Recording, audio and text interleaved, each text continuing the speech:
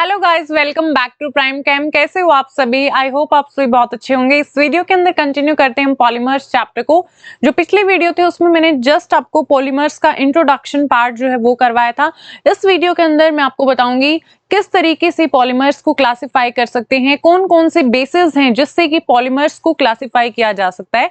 तो सबसे फर्स्ट जो क्लासिफिकेशन आती है वो है बेस्ड अपॉन सोर्स के बेसिस पे कैसे हम पॉलीमर्स को क्लासिफाई करेंगे। फॉर एग्जांपल देखिए, अगर हमें कोई भी पॉलीमर नेचुरली मिल रहा है, प्लांट से पॉलीमर ऑब्टेन हो रहा है या फिर एनिमल से पॉलीमर मिल रहा है, तो वो किसके अंदर आएगा? नेचुरल के अंदर आ जाएगा, क्योंकि वो नेचुरली हमें मिल रहा है। दूसरा हो जाएगा मैन मेड, हम उसको प्रिपेयर कर रहे हैं। अगर हम उसको प्रिपेयर करेंगे तो वो नेचुरल थोड़ा ना होगा, वो किसके अंदर आ जाएगा? मैन मेड पॉलीमर्स के अंदर आ जाएगा। तो इस तरीके से बेस्ड अपॉन सोर्स हम क्लासिफाई करते हैं पॉलीमर्स को। तो देखिए, फर्स्ट क्लासिफिकेशन आ जाएगी बेस्ड अपॉन सोर्स। 3 क्लासेस आती हैं इसके अंदर। फर्स्ट है नेचुरल। फर्स्ट कौन सी हो जाएगी? Natural polymers. अब नेचुरल कौन से होते हैं? Polymers which are found in nature, जो नेचर में मिलते हैं। ठीक है, नेचर में कैसे? एनिमल्स से जो मिलेंगे या फिर प्लांट से जो मिलेंगे वो क्या हो जाएंगे? नेचुरल पॉलीमर्स हो जाएंगे। फॉर एग्जांपल इसमें आ जाएगा सिल्क है, सेल्यूलोज, प्रोटीन्स, डीएनए। तो ये सब किसके अंदर आ जाएंगे? नेचुरल पॉलीमर्स के अंदर आ जाएंगे। क्लियर हुई बात? किसके अंदर आ जाएंगे? नेचुरल पॉलीमर्स के अंदर आ जाएंगे। इसके बाद है सेमी सिंथेटिक पॉलीमर्स। अब सेमी सिंथेटिक का मतलब क्या? देखो, नेचुरल तो समझ आ गया कि नेचर से मिल रहे हैं। दूसरा हो जाएगा मैन मेड, जो मतलब हम प्रिपेयर कर रहे हैं। और तीसरा एक सेमी सिंथेटिक है। सेमी सिंथेटिक का मतलब क्या? सेमी क्या होता है? मतलब हाफ कोई भी चीज होती है ना, उसके लिए हम यूज करते हैं। तो देखो यहाँ पर सेमी सिंथेटिक का मतलब भी कुछ ऐसा ही है। नेचुरली हमें वो मिल रहा है, ठीक है, नेचर से वो पॉलीमर हमने लिया, उसके अंदर हमने केमिकली मॉडिफिकेशन कर दी, केमिकली उसको हमने चेंज कर दिया, तो वो किस कैटेगरी के अंदर आ जाएगा? अब हाफ के अंदर आ जाएगा। हाफ मतलब सेमी सिंथेटिक के अंदर आ जाएगा। मिला नेचुरल से, बट उसको बनाया कैसे गया है?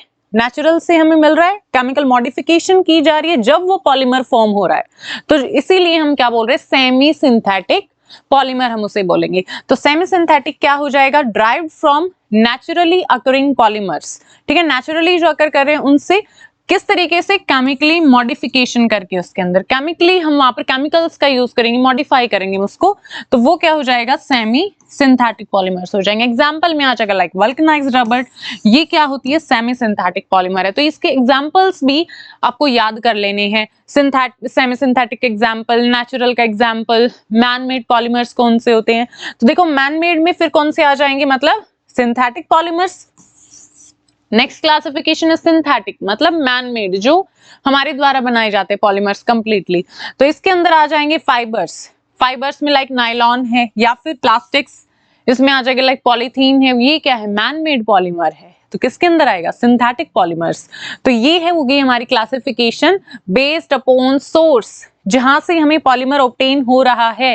Natural, semi synthetic and synthetic. Natural में जो नेचर से ऑब्टेन हो रहे हैं, सेमी सिंथेटिक केमिकल मॉडिफिकेशन की जा रही है नेचुरली अकरिंग पॉलीमर से, ठीक है, बट केमिकली मॉडिफाई किया जा रहा है, दैट्स वाई सेमी सिंथेटिक। दूसरा, थर्ड कौन सा हो जाएगा हमारा? सिंथेटिक पॉलीमर, जो कंप्लीटली क्या है? मैन मेड पॉलीमर्स है। क्लियर हो गई बात? तो चलिए, अब नेक्स्ट क्लासिफिकेशन है based upon mode of polymerisation, कि किस टाइप का पॉलीमराइजेशन वहां पर हो रहा है। एडिशन पॉलीमराइजेशन हो रहा है, कंडेंसेशन पॉलीमराइजेशन हो रहा है। तो सबसे पहले आपको बताया जाएगा एडिशन पॉलीमर्स क्या होते हैं, कंडेंसेशन पॉलीमर्स क्या होते हैं। एडिशन जो पॉलीमर्स बनते हैं उसी प्रोसेस को हम बोलते हैं एडिशन पॉलीमराइजेशन, और कंडेंसेशन पॉलीमर्स जो फॉर्म होते हैं उस प्रोसेस को, जिस प्रोसेस से वो फॉर्म हो रहे हैं, उन्हें हम बोलते हैं कंडेंसेशन पॉलीमराइजेशन। ठीक है, तो फर्स्टली पता होना चाहिए एडिशन पॉलीमर्स क्या हैं। तो देखिए, फॉर्म होते हैं रिपीटेड एडिशन से पॉलीमर्स के। सिंपल बात है बिल्कुल, जहां पर एडिशन हो रहा है, बार बार ऐड हो रहे हैं हमारे एक ही पॉलीमर्स, ठीक है, वो एक जैसे भी हो सकते हैं, वो अलग अलग भी हो सकते हैं। तो वहां पर जब एडिशन होगा पॉलीमर्स का, ऐड होंगे, तो वो क्या हो जाएंगे? Addition polymers. और ये जो प्रोसेस होती है पूरी, कि जो पॉलीमर्स है वो ऐड हो रही है और फिर फॉर्म कर रहे हैं एडिशन पॉलीमर्स को, तो ये जो प्रोसेस हुई, that's called addition polymerisation, because polymer यहाँ पर फॉर्म हो रहा है। तो देखिए, फॉर्म होता है कैसे? रिपीटेड, जब रिपीट करते हम बार बार, रिपीटेड एडिशन होता है किसका, लार्ज नंबर ऑफ सेम, मतलब लार्ज नंबर में होगा, ज्यादा नंबर में होगा, वो सेम भी हो सकती है हमारी यूनिट्स और डिफरेंट भी हो सकती हैं। तो यहाँ पर एडिशन होता है लार्ज नंबर ऑफ सेम या फिर डिफरेंट मोनोमर यूनिट्स का, जिसमें क्या होता है जो पोजेस करते हैं डबल या फिर ट्रिपल बॉन्ड्स, वहां पर डबल या फिर ट्रिपल बॉन्ड हो सकता है। एंड ये जो प्रोसेस है जिसके थ्रू एडिशन पॉलीमर्स फॉर्म हो रहे हैं, that is called addition polymerisation. Clear? So the process by which addition polymers are formed is called addition polymerisation. वही क्या हो जाएगी हमारी एडिशन पॉलीमराइजेशन हो जाएगी। सिंपल था बिल्कुल, कोई डाउट नहीं यहाँ तक। ओके, अब यहाँ पर एग्जाम्पल दिया गया है, कौन से एग्जाम्पल्स यहाँ पर आ जाएंगे, CH2 क्या होता है, 2 कार्बन है तो इथ हो जाएगा, डबल बॉन्ड है तो इन। यहाँ पर हमने क्या लिया, मोनोमर यूनिट कौन सी है, इथीन। अब जब ये बार बार रिपीट होगा, यहाँ पर n नंबर ऑफ टाइम्स हम ले रहे हैं CH2 डबल बॉन्ड CH2 को, मतलब यहाँ पर 5 टाइम्स हम ले रहे हैं, 10 टाइम्स हम ले रहे हैं, 100 टाइम्स हम ले रहे हैं, तो वहां पर ये n नंबर है। ठीक है, तो यहाँ पर इथीन को हमने लिया, मोनोमर यूनिट है। अब बार बार जब ये रिपीट होगी यूनिट तो वहां पर फॉर्म हो जाएंगी हमारे पॉलीमर्स।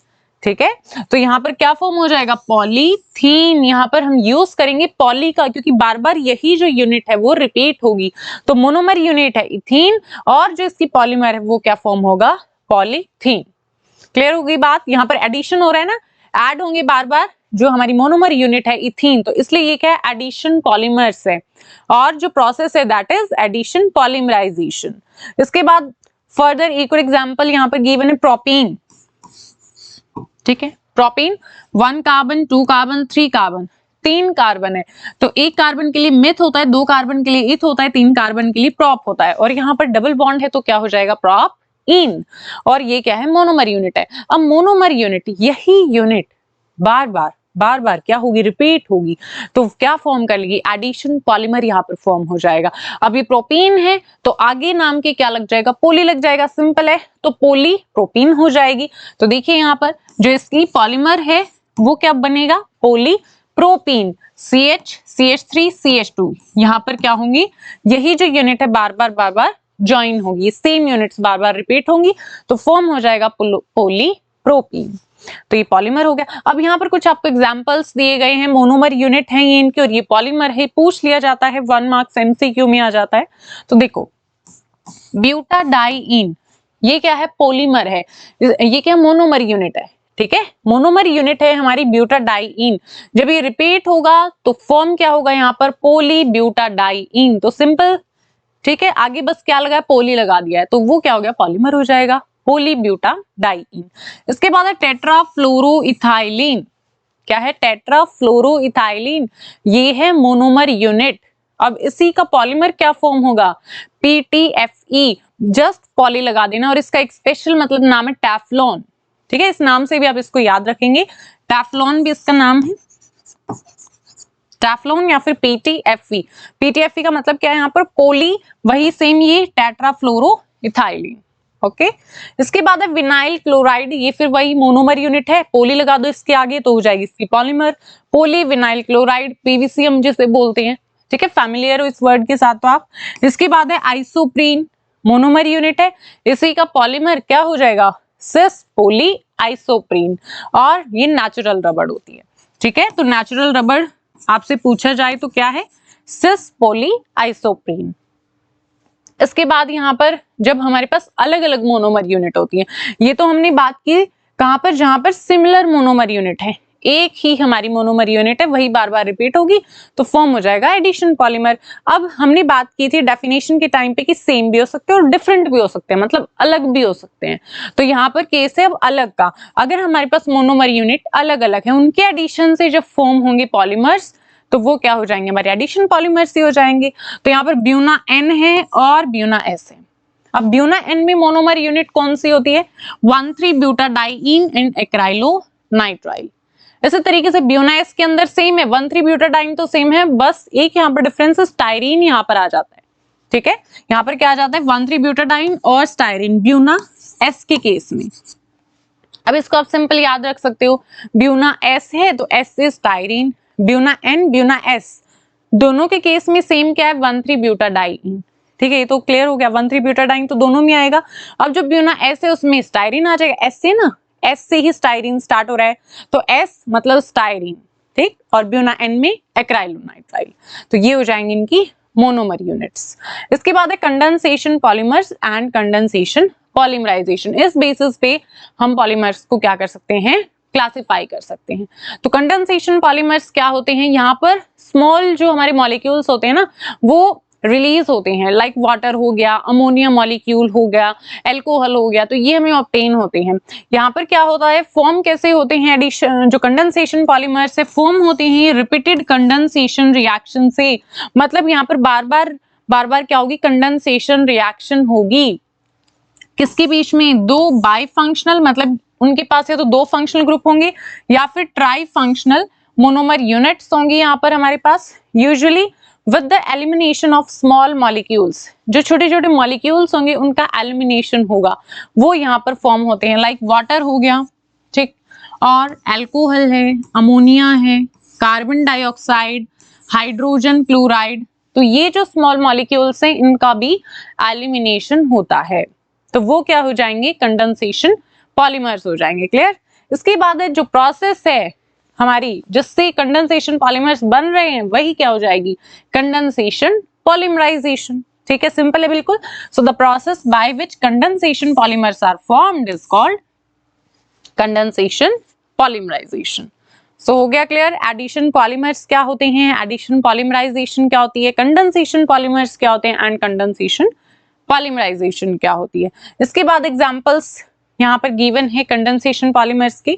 तो देखिए हेक्सामिथाइलिन डाइअमाइन, ये एक मोनोमर यूनिट है। दूसरी है एडिपिक एसिड। जब इन दोनों रिएक्शन, जब ये दोनों कंबाइन होती हैं, यहाँ पर कंडेंसेशन रिएक्शन होगी, टेम्परेचर रहेगा 525 केल्विन का, तो यहाँ पर फॉर्म होता है नाइलॉन 66। ठीक है, क्या फॉर्म होगा यहाँ पर, नाइलॉन 66। अब यहाँ पर देखिए NH2 है, यहाँ पर क्या है, NH है। इसके बाद यहाँ देखिए CH2 है, यहाँ पर भी CH2 है। फिर यहाँ देखिए NH है, ठीक है, यहाँ पर H, मतलब एक यहाँ से हाइड्रोजन गया और यहाँ पर क्या C डबल बॉन्ड हुआ है, यहाँ पर क्या होगा, ये C डबल बॉन्ड हो, इस तरीके से होगा ना, C डबल बॉन्ड हो, और यहाँ पर ये OH है, तो ये यहाँ से हाइड्रोजन और यहाँ से OH, तो OH HOH क्या है, हाँ जी गाइस, क्या है, वाटर। तो यहाँ पर जो हमारा स्मॉल मॉलिक्यूल एलिमिनेट होता है वो कौन सा है, वाटर है। तो यहाँ पर एलिमिनेट होगा वाटर, तो यहाँ पर इस तरीके से ज्वाइन हो जाएगा NH और साथ में C double bond O, C double bond O and NH इस तरीके से ज्वाइन हो जाएंगे। देखिए यहाँ पर तो सेम है CH2 का होल 4 और फिर वापस से वही C डबल बॉन्ड O, फिर OH और अगले वाले का फिर एक हाइड्रोजन NH2 से लीव होगी, एलिमिनेट होंगी स्मॉल मॉलिक्यूल्स एंड इस तरीके से जो हमारी चेन्स है वो फॉर्म हो जाएंगी। ठीक है, तो ये कंडेंसेशन पॉलीमर्स होते हैं एंड इस टाइप से ही जो हमारी प्रोसेस होती है बार बार रिपीट होती है, तो वो क्या हो जाएगी, कंडेंसेशन पॉलीमराइजेशन हो जाएगी। इसके बाद देखिए यहाँ पर कुछ आपको बताए गए हैं एग्जांपल्स। पॉलीमर कौन सा है, बैकेलाइट। अब इसकी मोनोमर यूनिट कौन सी है, फिनॉल और फॉर्मेल्डिहाइड। इसके बाद नाइलॉन 6 है, इसकी कैप्रोलैक्टम। अब ध्यान कहां पर देना है आपको, यहाँ पर देना है कि एक तो है नाइलॉन 6, इसको अलग अलग कर लेना है, कंफ्यूज नहीं होना है इसमें। एक है नाइलॉन 6, एक है नाइलॉन 6, एक में 2 बार 6 आ रहा है, तो अगर एक बार 6 है, नाइलॉन 6 है, तो मोनोमर यूनिट कौन सी है, कैप्रोलैक्टम। और अगर नाइलॉन 6 है, 2 बार 6 आ रहा है, तो मोनोमर यूनिट कौन सी है, hexamethylene diamine and adipic acid. ठीक है, तो ऐसे याद रखना है, नाइलॉन 6 है तो hexamethylene diamine and adipic acid, और सिर्फ अगर नाइलॉन 6 है तो कैप्रोलैक्टम। इसके बाद है सेल्यूलोज। इसकी जो मोनोमर यूनिट है वो कौन सी होती है, बीटा डी ग्लूकोज। ठीक है, बीटा डी ग्लूकोज इसकी मोनोमर यूनिट है। सो यहाँ पर ये हमारी जो क्लासिफिकेशन का टॉपिक है वो खत्म हो जाता है। तो यहाँ पर देखिए पॉलीमर्स को कैसे क्लासिफाई किया है हमने, बेस्ड अपॉन सोर्स कौन कौन से हैं, नेचुरल है, सेमी सिंथेटिक है एंड सिंथेटिक है। इनको आपको जस्ट कुछ नहीं करना, जस्ट डेफिनेशन पता होनी चाहिए, होते क्या है इनके एग्जांपल्स। इसी तरीके से फिर हमने दोबारा किस किस बेसिस पे क्लासिफाई किया पॉलीमर्स को? Based upon polymerisation. Addition polymerisation है, कंडेंसेशन पॉलीमराइजेशन है। इसी तरीके से यहाँ पर भी आपको डेफिनेशन पता होनी चाहिए एडिशन पॉलीमर्स की एंड कंडेंसेशन पॉलीमर्स की। इसके बाद एडिशन पॉलीमराइजेशन की, कंडेंसेशन पॉलीमराइजेशन की, एंड दोनों के एग्जांपल्स पता होने चाहिए। और जो बीच बीच में मोनोमर्स आए हैं एंड पॉलीमर्स, वो आपको पता होनी चाहिए। ये पॉलीमर है तो उसकी मोनोमर यूनिट कौन सी है, ये भी पूछ लिया जाता है। सो ये जो टॉपिक है यहीं पर होता है फिनिश। आई होप आपको सारी चीजें क्लियर होंगी। फिर भी अगर कोई डाउट है तो कमेंट बॉक्स में कमेंट करना। मिलते हैं नेक्स्ट वीडियो में। चैनल से अगर नए जुड़े हैं तो सब्सक्राइब कर लेना, बेल आइकन प्रेस कर लेना, और वीडियो अगर पसंद आए तो वीडियो को लाइक कर देना एंड फ्रेंड्स के साथ शेयर कर देना। Thanks for watching.